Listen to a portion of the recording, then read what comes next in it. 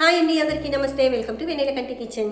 Doctors ఆకుకూరలు ఆరోగ్యానికి చాలా మంచిది అని చెప్తూ ఉంటారు. మరి రోజు ఆకుకూర పప్పు, ఆకుకూర కూర తినాలంటే బోర్ అనిపిస్తుంది కదండి. అందుకే ఈరోజు మనం వెన్నెల కంటి కిచెన్లో వెరైటీగా ఆకుకూరతోటి మసాలా వడలు తయారు చేస్తున్నాను. చాలా చాలా బాగుంటాయి, బోర్ అనిపించదు, హెల్త్కి కూడా చాలా మంచిది. మరి ఈ ఆకుకూర మసాలా వడలు ఎలా తయారు చేయాలో చూసేద్దామా?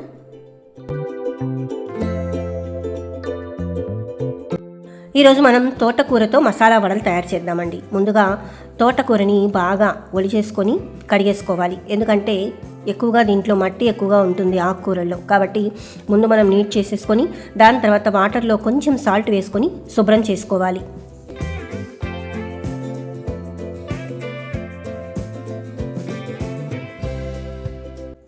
ఆకుకూర బాగా కడిగేశాక ఈ జాలి దాంట్లో వేస్తే వాటర్ అన్నీ కూడా కిందకి వెళ్ళిపోతాయి.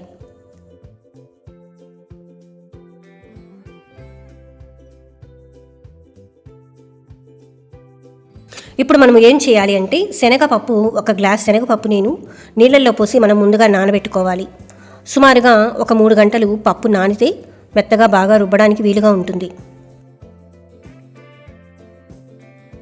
అటు తర్వాత ఒక కప్పులో 1 స్పూన్ ధనియాలు, ఒక దాల్చిన చెక్క, అలాగే 2-3 లవంగ మొగ్గలు వేసి ఇవి కూడా నానబెట్టుకోవాలి.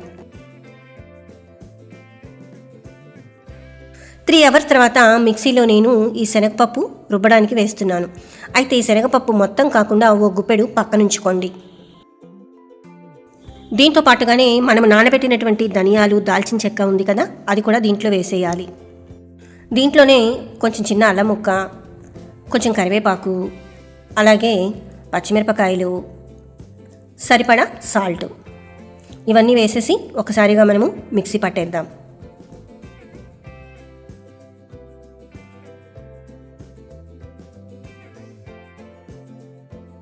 మిక్సీ పట్టిన దాన్ని గిన్నెలోకి తీసేద్దాం.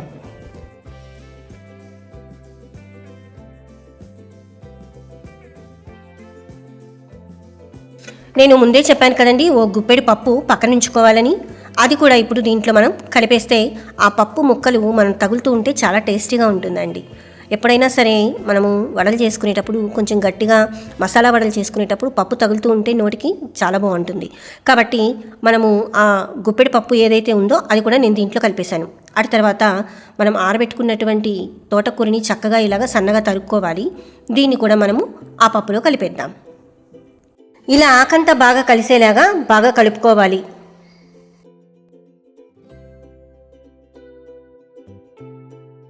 ఇలా సన్నగా ఉల్లిపాయలు కట్ చేసుకుని ఇది కూడా మనము దాంట్లో కలిపేద్దాం.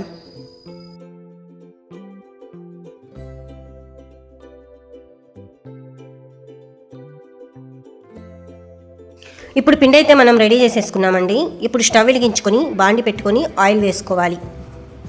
ఆయిల్ బాగా కాగాక ఇలాగ మనము ఒక ప్లాస్టిక్ కవర్ తీసుకొని ఉండలుగా చేసుకొని అలా వత్తేసి మనము నూనెలో వేసేయడమే. చాలా ఈజీ ప్రాసెస్. అంతేకాదండి, పిల్లలైతే చాలా ఇష్టంగా తింటారు. ఈవినింగ్ స్నాక్స్కి ఈ వడలు చాలా చాలా బాగుంటాయి, మసాలా వడలు. అంతేకాదండి, హెల్త్కి చాలా మంచిది. పిల్లలకి ఆకుకూర అంటే ఎక్కువ ఇష్టం ఉండదు. ఇలా చేసి పెట్టినట్లయితే వాళ్ళు ఇష్టంగా తింటారు.